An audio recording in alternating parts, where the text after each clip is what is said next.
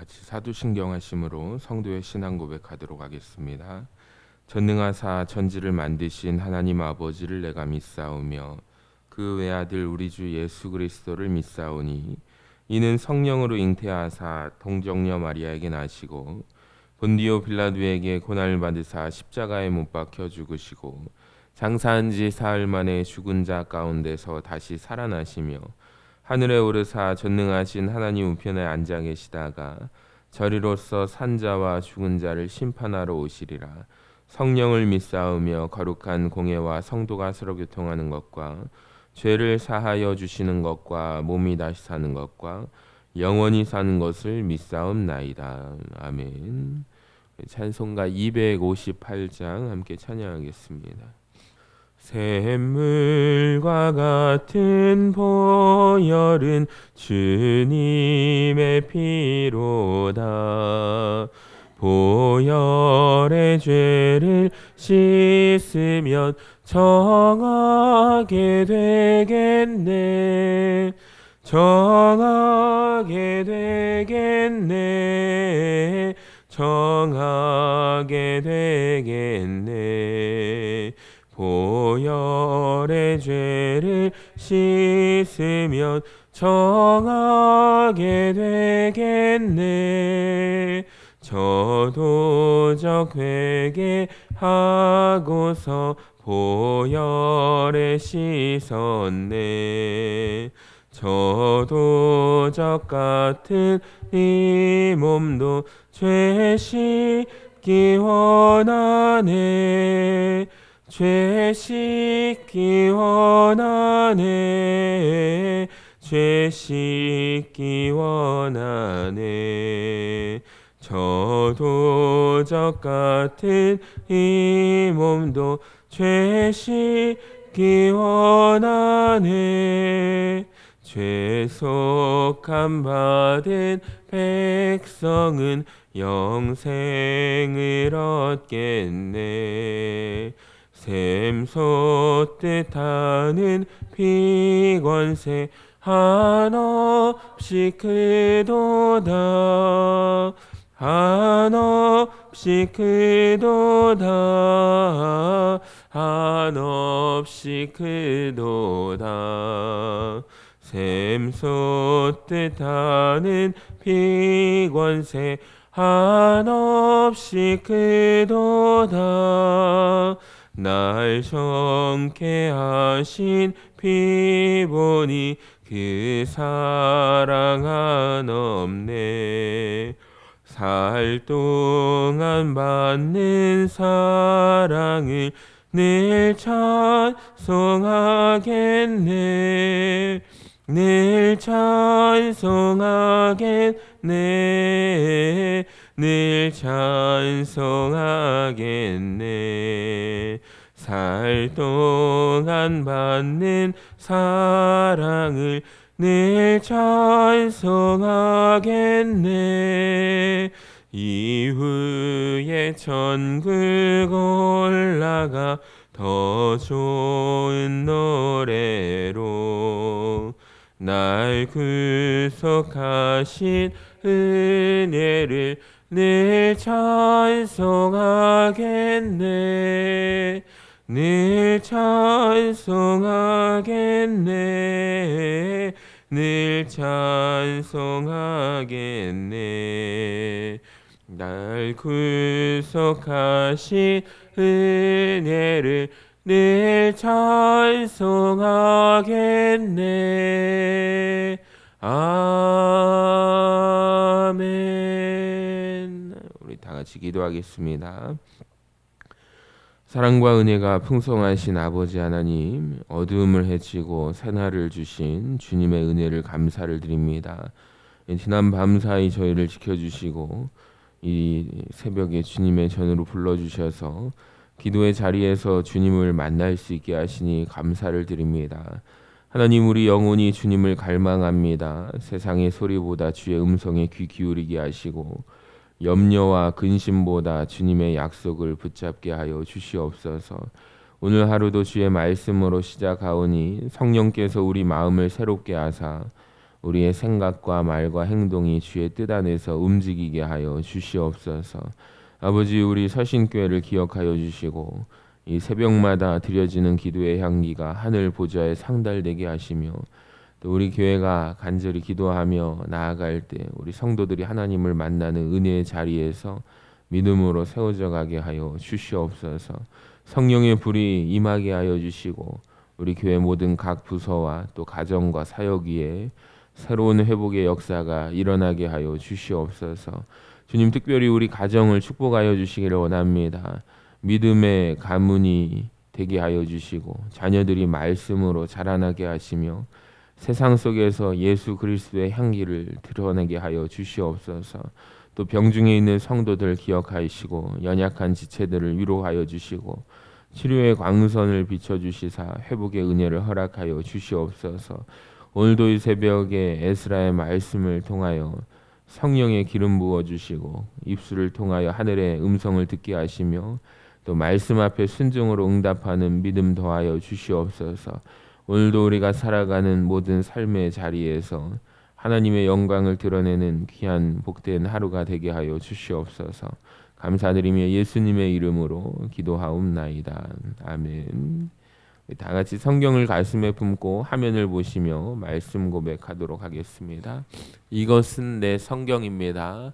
성경은 내게 말씀하시는 하나님의 음성입니다. 하나님이 누구이시며 나를 향한 하나님의 목적이 무엇이며 내가 얼마나 복되고 사랑받는 사람인지 말해줍니다. 그리고 내가 어떤 사명과 비전을 품고 살아야 할지 가르쳐줍니다.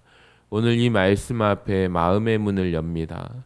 내 심령이 열려있는 만큼 나는 새로운 축복을 받을 것입니다. 이제 하나님의 말씀을 기꺼이 듣겠습니다. 아멘. 오늘 우리에게 주신 하나님 말씀은 에스라 8장 1절에서 20절까지 말씀입니다. 아닥사스다 왕이 왕위에 있을 때 나와 함께 바벨론에서 올라온 족장들과 그들의 계보는 이러하니라. 비느하스 자손 중에서는 게르솜이요 이다말 자손 중에서는 다니엘이요 다윗 자손 중에서는 핫두스요 스가냐 자손 곧 바로스 자손 중에서는 스가랴니 그와 함께 족보에 기록된 남자가 150명이요 바한 모압 자손 중에서는 스라히야의 아들 엘 여호에네니 그와 함께 있는 남자가 200명이요 스가냐 자손 중에서는 야시델의 아들이니 그와 함께 있는 남자가 300명이요 아딘 자손 중에서는 요나단의 아들 에벳이니 그와 함께 있는 남자가 50명이요 엘람 자손 중에서는 아달리아의 아들 여사야니 그와 함께 있는 남자가 70명이요 스바디아 자손 중에서는 미가엘의 아들 스바디아니 그와 함께 있는 남자가 80명이요 요압 자손 중에서는 여이엘의 아들 오바댜니 그와 함께 있는 남자가 218명이요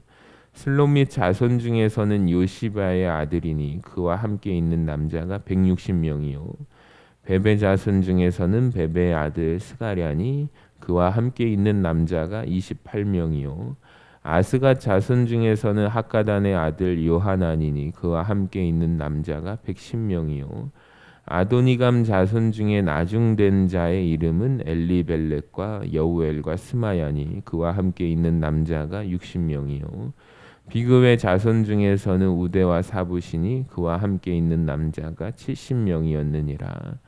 내가 무리를 아하와로 흐르는 강가에 모으고 거기서 3일 동안 장막에 머물며 백성과 제사장들을 살핀즉 그 중에 레위 자손이 한 사람도 없는지라.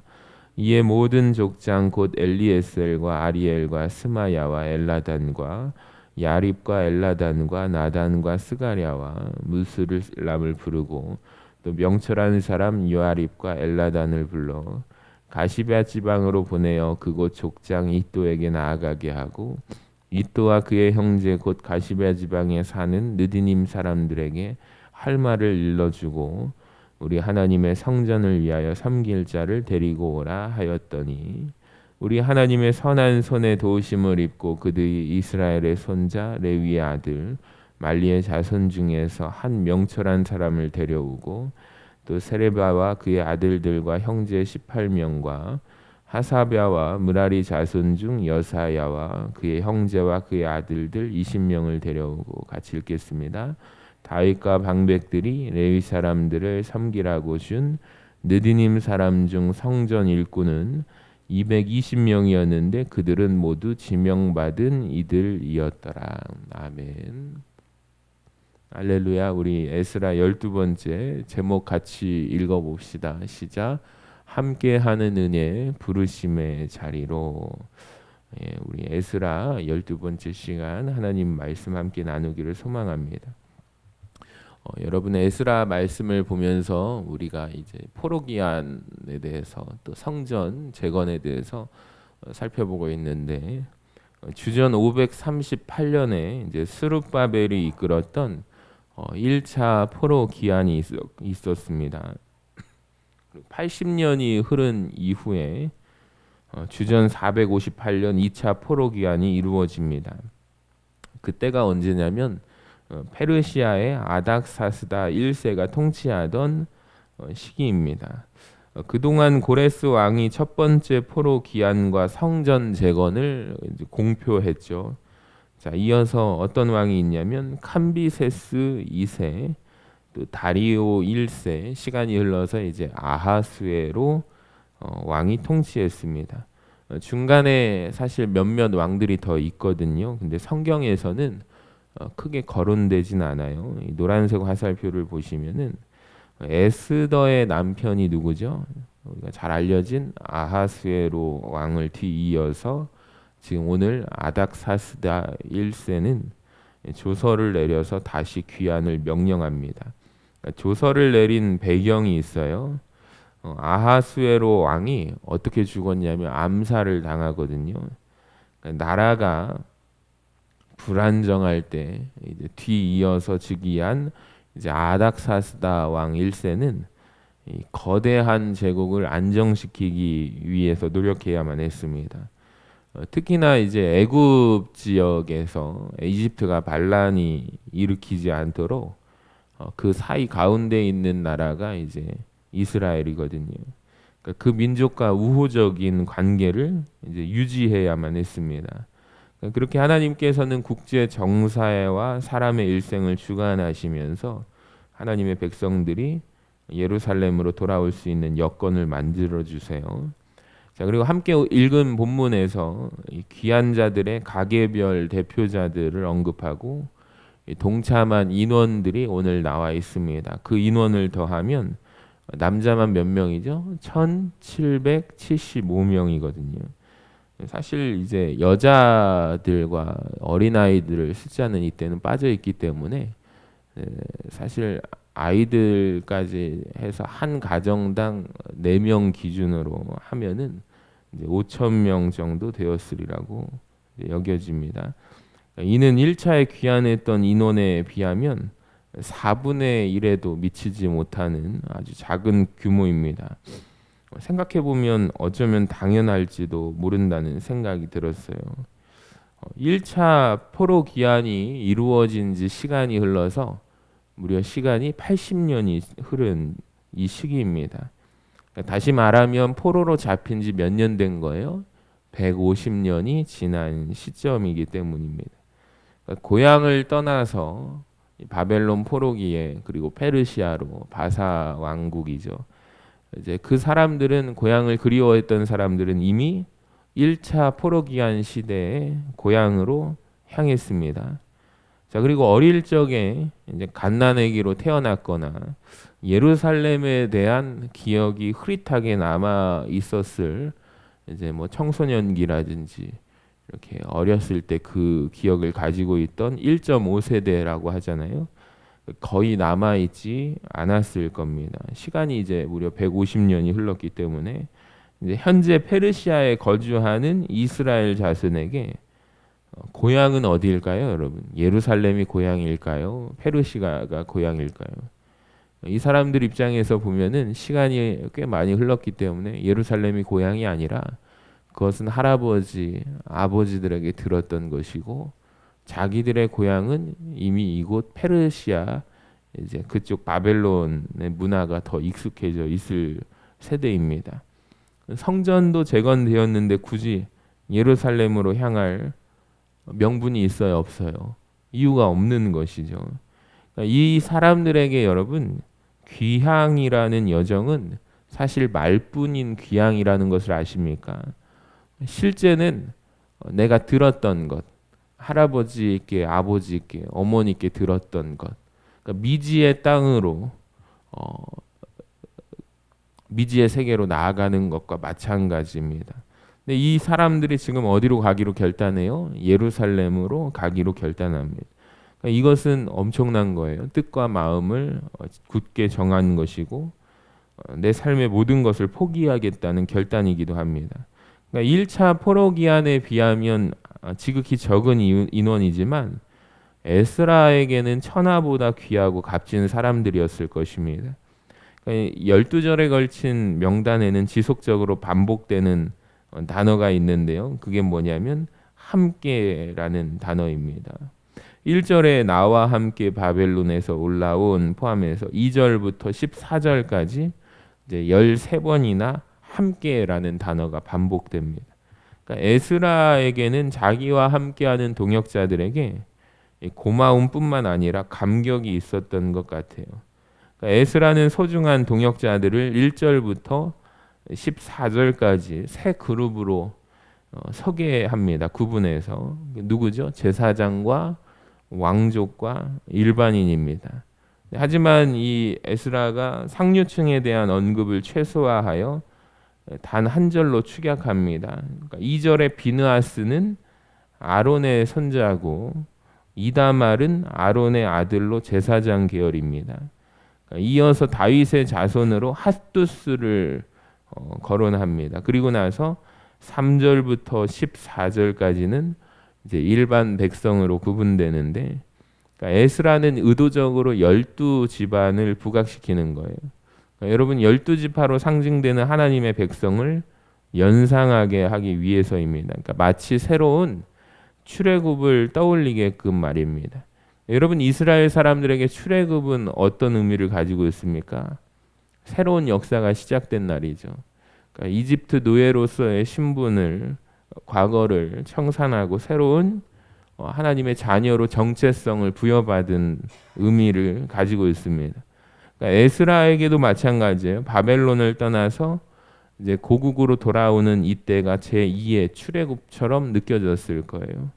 그러니까 새로운 시대를 여는 이 중대한 시점에 이제 함께한 동역자들의 명단을 적어 내려갈 때 마음이 어땠을까요? 에스라 마음이 웅장했을 것입니다. 특히 이들은 어려운 삶의 기반을 포기하고 자기 곁에 서준 동역자들, 또 많은 어려움과 고생을 감수하기로 함께 떠나기로 결심하고 뜻을 정한 동역자들의 이름을 적을 때 이제 아마도 온 몸에 감사와 전율이 흘렀겠죠. 우리 곁에도 마찬가지입니다. 예수님께서 함께 서주십니다. 우리는 그래서 거룩한 무리, 우리를 뭐라고 하죠? 성도라고 합니다. 그러니까 구별된 하나님의 자녀입니다. 그러니까 비록 우리는 연약하거든요. 허물투성이지만 예수님께서는 우리를 함께하는 동역자로 삼아주셨습니다. 그렇다면 우리는 신앙 공동체로 함께하는 동역자들에게 여러분 어떤 마음을 가지고 계신가요?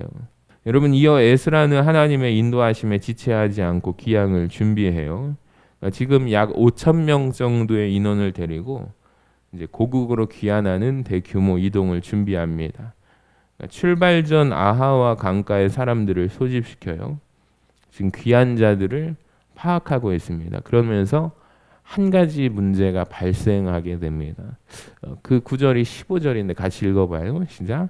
내가 무리를 아하와로 흐르는 강가에 모으고 거기서 3일 동안 장막에 머물며 백성과 제사장들을 살핀즉 그 중에 레위 자손이 한 사람도 없는지라.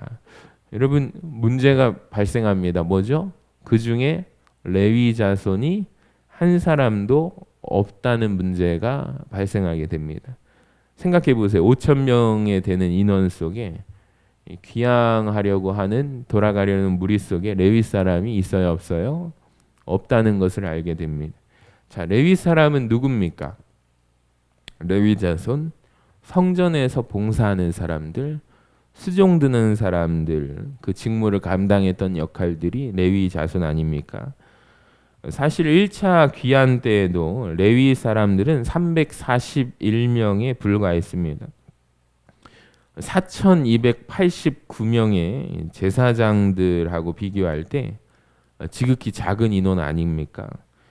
그런데 2차 귀환 명단에는 레위인이 한 명도 있어요, 없어요? 아예 없는 거예요. 레위인들은 귀환할 때 어떤 태도를 보이는지 우리가 알게 됩니다. 소극적인 태도를 보이게 됩니다. 왜 그럴까요? 왜 레위인들은 귀환하기가 싫었을까요? 자, 그것은 이스라엘 역사를 살펴보면 잘 알게 됩니다. 왜 그들이 주저했을까요? 여러분, 출애굽 이후에 레위 사람들 자손들에게 맡겨진 주된 사역은 성막과 성물, 기구들을 이동하는 일이었습니다. 기억나십니까? 이제 휘장을 치고 이제 걷어내고 이동식 텐트잖아요. 맞죠? 그래서 옮기고. 그러니까 게르손 계열은 휘장과 세마포와 같은 천들을 나르고 고핫 계열은 성소의 성물을 어깨에 메고 이동합니다. 그러니까 무라리 계열은 성막의 널빤 기둥과 같이 무거운 물품들을 수레로 나르는 역할을 해요. 그러니까 오늘날로 치면은 거의 막노동이거든요. 그러니까 고생하는 일들을 누가 감당해요? 레위 사람들이 감당하는 거예요. 자, 이들은 같은 집하면서 친척이었던 모세와 아론이 사람들을 이끌고 지휘하는 것과 자기들에게 맡겨진 이 직무를 비교하면서 시기합니다. 그러니까 제사장 그룹과 레위 자손들과 갈등이 발생하기도 하죠. 자, 이에 모세는 뭐라고 하죠? 민수기 16장 9절에서 너희를 구별하여 가까이 하게 하사 여호와의 성막에서 봉사하게 하시며 회중 앞에 서서 그들을 대신하여 섬기게 하심이 너희에게 작은 일이겠느냐라고 하면서 레위 자손들을 책망하기도 하고 꾸중하기도 했습니다.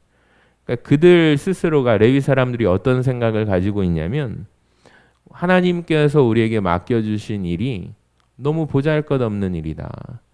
난 너무 작은 일을 맡았다라고 스스로 여기면서 생각한 데서 비롯된 불화였다는 거예요. 게다가 성전이 건축되면서 자연스럽게 레위 자손들의 역할은 여호와의 전에서 수종드는 것들로 바뀌었습니다. 그러니까 예를 들어서 성전을 관리하죠. 제사 음악을 담당하고 또 때로는 문지기처럼 성전 문 보초를 서기도 합니다. 재판과 같은 행정도 하고 또 어떤 거를 하냐면 또 율법 교육도 담당합니다. 그러니까 여러 방면에서 레위 사람들은 수고스럽고 힘든 업무를 감당했지만 문제는 뭐냐면 보수가 충분하지 않고 변변치 않았습니다. 더군다나 성전이 없는 포로 생활 중에 레위 사람들은 다른 직업으로 전환했던 것으로 보입니다. 이런 그들에게 예루살렘으로 귀환하자라는 소식은 반가운 소리일까요? 반갑지 않았을까요? 반갑지 않았을지도 모릅니다.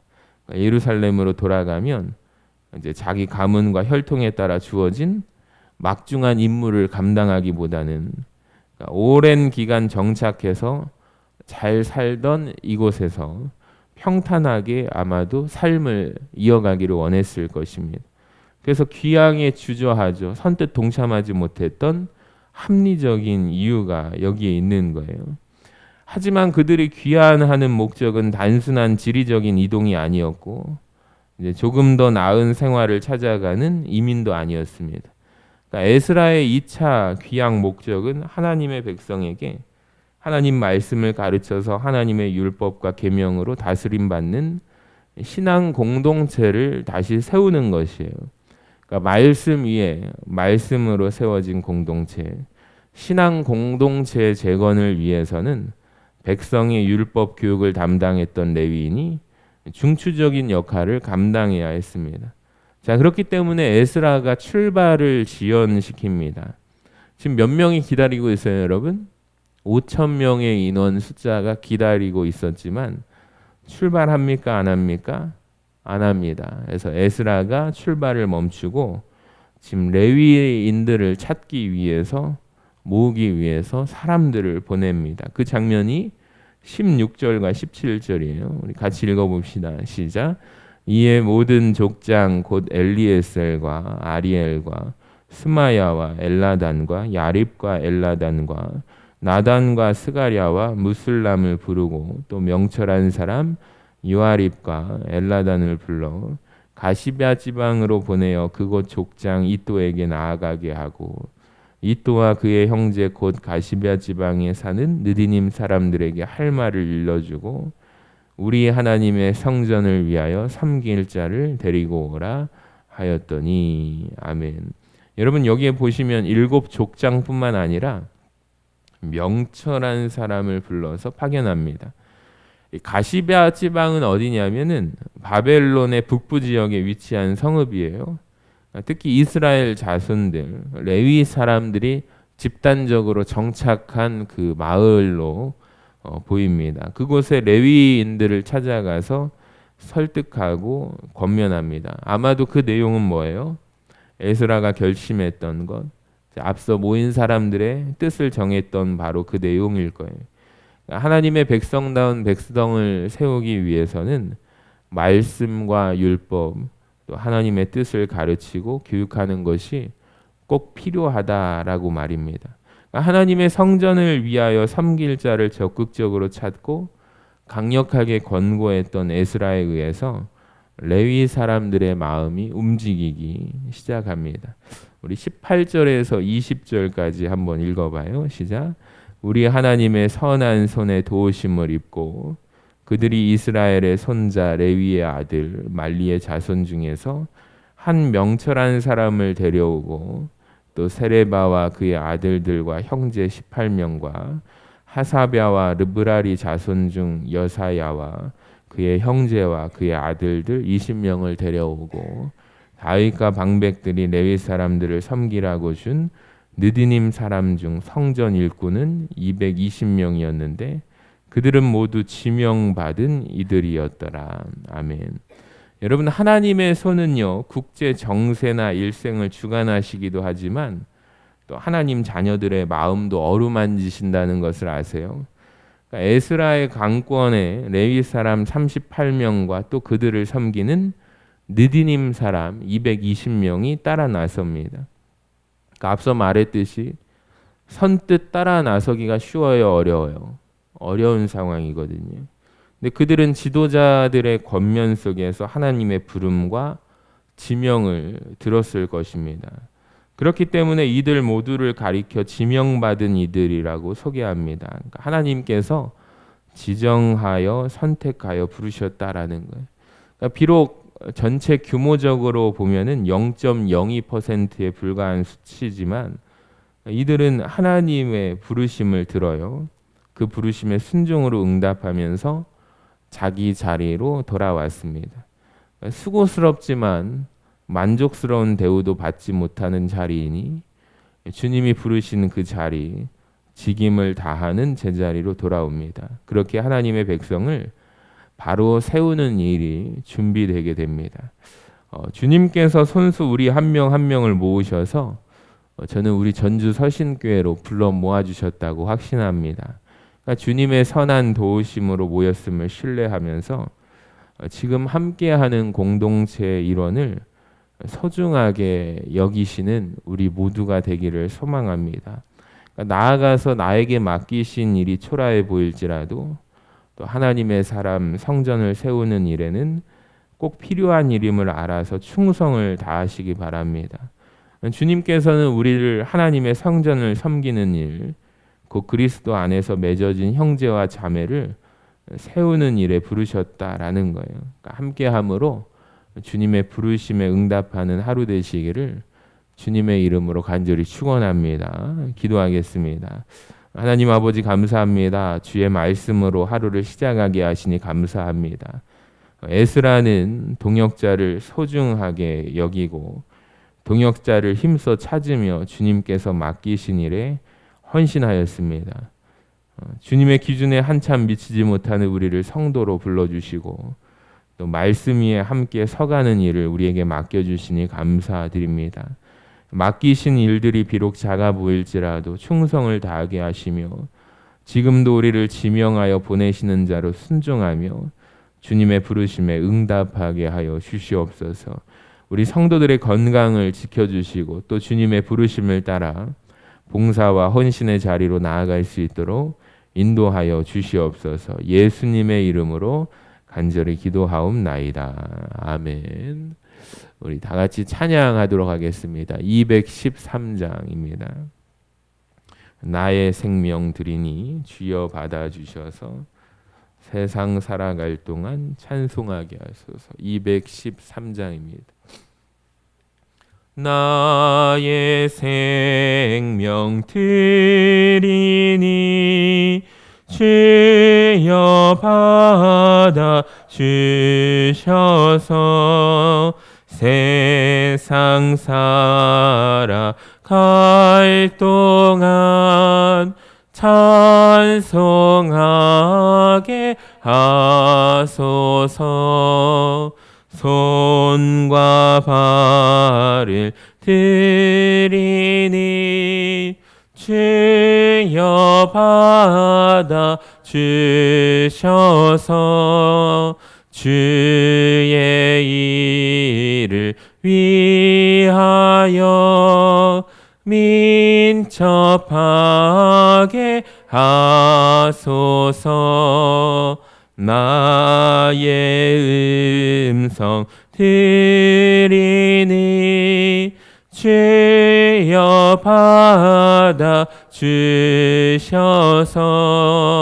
주의 진리 말씀만 전파하게 하소서. 나의 보화 드리니